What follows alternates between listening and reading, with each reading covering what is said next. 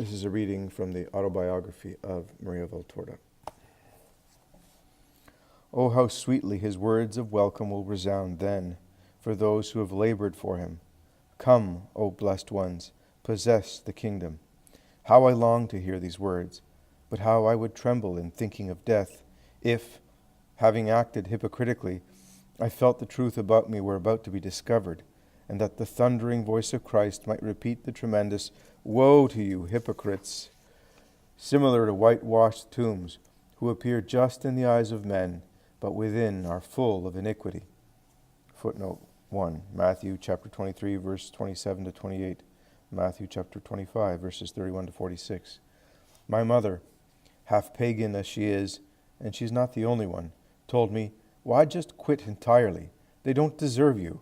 But I was not working to receive an earthly merit or human affections. My goal was in heaven, and I worked for heaven. I thus continued my cultural activity, and indeed increased it, for I persuaded the parish priest to let me give talks for whoever wished to come. Talks with no entrance fee, of course, for if people are touched in their pocketbooks, oh, what pain, especially if it is money requested for good works. If it were cloth, rouge, pastry, or a show, phew, it hurts less, but to spend for the soul, now then. I reasoned as follows. Those who are already more or less on the path of God are the only ones who always go to church, to the sermons. But those who live apart from this path and thus need to be led more than anyone else never go to church. Why not address these? And, under the appearance of entertainment, with the rare merit of being offered free, make a spark of the divine light flash before their eyes. The old vocation to become a Pauline was still alive in my heart, so I began. Bear in mind that I was and am very shy, though I do not seem to be. At school I wrote the academic essays, but another girl read them. At the hospital I spoke only to the wounded, who struck me as children. If more or less illustrious visitors came, I would run to hide in the isolation ward, where no one came. At the hotel I was always with Memo, shunning conversations as much as possible. Shyness has been a painful illness for me, real suffering. But for Jesus' sake, I even became self-possessed to the point of speaking in public. From my table I would speak, looking at my crucifix, the one which is now over my bed, or a Sacred Heart in front of me. I spoke to him, saw nothing but him. People had disappeared for me. The first time the subject was Catholic action, its goals and achievements. I spoke to 5 people. Could there be fewer? All but 2 of the members and officers were absent. The second time, the subject was the Nordic and the Christian Christmas, 12 guests and 10 members, plus a priest. The third time, the subject was amidst roses and lilies in imperial Rome, 23 guests and 33 members, plus a priest, who discovered a trick by the president, who was turning away people who wanted to enter at the door of the premises. The incorrigible president spent an ugly quarter of an hour. The fourth was outstanding women in the light of the church, Catherine of Siena, Stefana Quinzani, and Bartolomea Capitano, 42 guests, 2 priests, a professor from Pisa, almost all our members, and many from other association circles in the city. The fifth was for the centennial of the Council of Ephesus. The hall was filled, including the gallery. I am not telling you this for the sake of human glory. I say so only to show you that the need to hear about God is intense, even among those who are not practicing. For my audience was made up almost entirely of these, and with gratitude to God, I can state that I have seen many later return to the church after having abandoned it for years. But what a guerrilla I had to withstand, and what work! I had to write the invitations, put up the placards on the church doors, and prepare the hall, all by myself. And then I, of course, had to prepare the talks. But for Jesus' sake, one does this and more. During the 1930-31 social year, the contest was on Christian morality. An excellent competition. How much there was to be said. How good it was for people to know what morality was, and particularly Christian morality. I occupied myself with it intensely. The exams were a real success. Those from diocesan Catholic action did not know who to choose for the dioceses exams because the maximum grades were numerous in all the sections. They had to draw those destined for the diocesan examination by lot. I rewarded the top scorers with a trip to Pisa for visits to monuments. At the cost of 1,000 sacrifices during the year, I had set aside the sum for this excursion by my daughters. It was a magnificent day which they still remember, and all the more so because I had never spoken about it, and the surprise was thus limitless. Human beings must do their duty for the sake of duty, and then the person responsible must reward them. Don't you think so? While I worked that way, a strange agitation grew in my heart. At the beginning of 1931, I got a feeling as if something was warning me that a danger was threatening. What danger? Concerning what exactly? Heaven knows. Not my own, personally, and not for my family. A general danger, I was convinced, and with this conviction came a desire to work to halt it. But how can one block a danger proceeding from things much greater than we? Only with the help of God. And since I felt that it was a great, very great danger which was approaching, I also felt it was necessary to offer God a great, very great harvest of works. Prayer was not enough. Sacrifice was needed. In the Catholic Action Movement, I have always noted a great tendency towards so-called crusades. A purity crusade, a charity crusade, a humility crusade, and so on, all quite beautiful, though in order for them to yield a good harvest, it is not enough to publicize them for a few months. One does not reach excellence all at once, says St. Bernard. Acquiring a virtue is not like adding 2 and 2. I say, it is necessary to insist for a long time on that virtue before passing on to another. Otherwise confusion is created, as in the case of someone playing the farmer who sows a bit of everything at random, mixing together early and late plants, leafy plants and slight little ones, with the result that he sees the latter die strangled and must root up the former, pulling from the ground those already complete. Order is also needed in goodness, for every haste, every disorder is already in itself an evil. Among the numberless crusades, though, I have always noted that one was omitted, that of sacrifice. Why are souls never told about the power, in addition to the beauty, of sacrifice? We Christians have as our God one who sacrificed himself and said, "No disciple is more than his master. If you do what I have done before you, then you will be my friends." Footnote, Luke chapter 6, verse 40, John chapter 15, verse 14.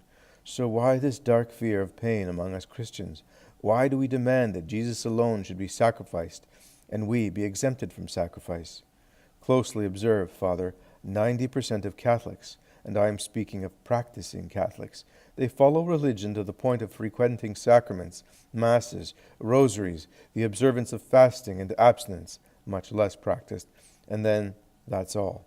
The prayer of prayers, transformed into action, is not to be found.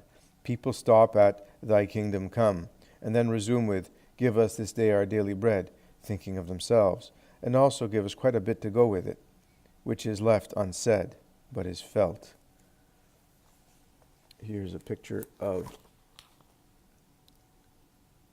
a conference that she presided. It says, Lucca, March 20th, 1931, is the handwritten annotation by Maria Valtorta on the back of this photograph, which suggests a meeting of the Women of Catholic Action. And also, give us quite a bit to go with it, which is left unsaid, but is felt more than is admitted. Forgive us our trespasses, and lead us not into temptation. The will of God is not named except in a mumble. You never know if you make certain requests. And then, if some will be painful to us should occur to the Father, and the debts of our neighbor, no, let him pay them. Something quite different is needed, and the same holds for the matter of well-being. Certainly not bread alone. Many, many things to go along with it. Great well-being, the best of health, prosperous affairs, a full purse. Oh, things are just fine that way. Is or is this not so? It is, unfortunately. The Christian redeemed by a God who died on the cross kicks at pain of whatever kind. He does not see the beauty of pain, the power of pain, the deification pain gives us. Personally, I have noted that if I pray for a month like a machine, fatiguing my head and my stomach, I quite frequently obtain nothing. But if I suffer an hour and offer my suffering for a given purpose, I obtain all. Sacrifice is the salvation of the world and of souls. Souls in the world are always saved by the sacrifice of the generous. These thoughts beleaguered me to the point that I understood the time had come to carry out the severe offering to divine justice. But since I grasped my nothingness, I wanted to receive the help of many, many others. A real treasury of sacrifices was needed to prevent what was already taking shape on the threshold of the future. I then wrote to my friend in Cremona, Catholic Action, to convey what I felt, and ended as follows. As you are so influential and in contact with Catholics who have real power to act, serve as a channel for this desire of mine which comes from God. Let our press, passing over other, less important things, speak of the beauty of sacrifice and the fruits it can yield. I trust that our youth, always open to impulses towards goodness, will feel enthusiasm for this potent weapon, which Jesus was the first to use. Giving us an example, and a flowering of secret holocausts will cleanse the corrupt world of pernicious germs, as the blood of the martyrs washed away the ignominy of paganism from the soil of Rome, turning the city of Caesar into the city of God. She replied with a beautiful letter, beautiful both for style and diplomacy.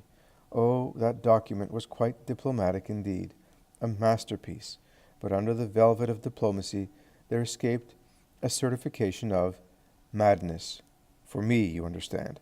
I admire your way of thinking, but to point out to you that prudence is the virtue of the saints, and your proposal goes beyond prudence. I shall thus take care not to present it to the Central Council. Do as you wish, if you feel you can attempt so much, but I think you're exaggerating because... A way of seeing, a way of acting, she should have said, for I did not propose, I acted. I replied, if prudence is the virtue of the saints, holy boldness is the virtue of the martyrs, who have a double crown because they are both saints and martyrs. If in the early centuries of the Church had not been brimful of these saints, imprudent but audacious, it would still be in the catacombs. On the other hand, I do not see where the imprudence is in speaking of sacrifice. We speak even of the crucifixion of Christ, and shouldn't we incite the lay militia of the Church to imitate Christ? Why then permit the reading of certain books on asceticism and saints' lives, which go to the heads of our members with ephemeral enthusiasms? Don't you think it is worse to allow them to meditate on books that are so lofty as to be abstruse to non-theologians, with the result of their putting wrong ideas into their heads, if not real mystical paranoias as well? Be careful, Gina, in saying there is nothing to justify an intensification of immolations because all is calm and the Church has never triumphed as at present. It was 1931, 2 years after the late Lateran Pact. Be careful that you may not shortly have to change your mind bitterly. I wrote this at the beginning of May 1931. On May the 31st, the suppression of the Catholic Action Youth Circles took place, the first act of the current tragedy, for if you observe, the obscuration of intellectual light is the one leading us, poor unfortunates, began with this. The day before, Sunday, I had spoken of the Virgin, celebrating the 17th centennial of the Council of Ephesus. Footnote. In that year, the 15th, not the 17th, centennial of the Council of Ephesus was commemorated, held in 431. In condemning Nestorius, the Council proclaimed the inseparable unity of the human nature and divine nature in Christ, and for this reason, Mary can be called Mother of God. and had concluded by invoking Mary's protection of the multitudes at the mercy of selfishness and the excessive power of the leaders.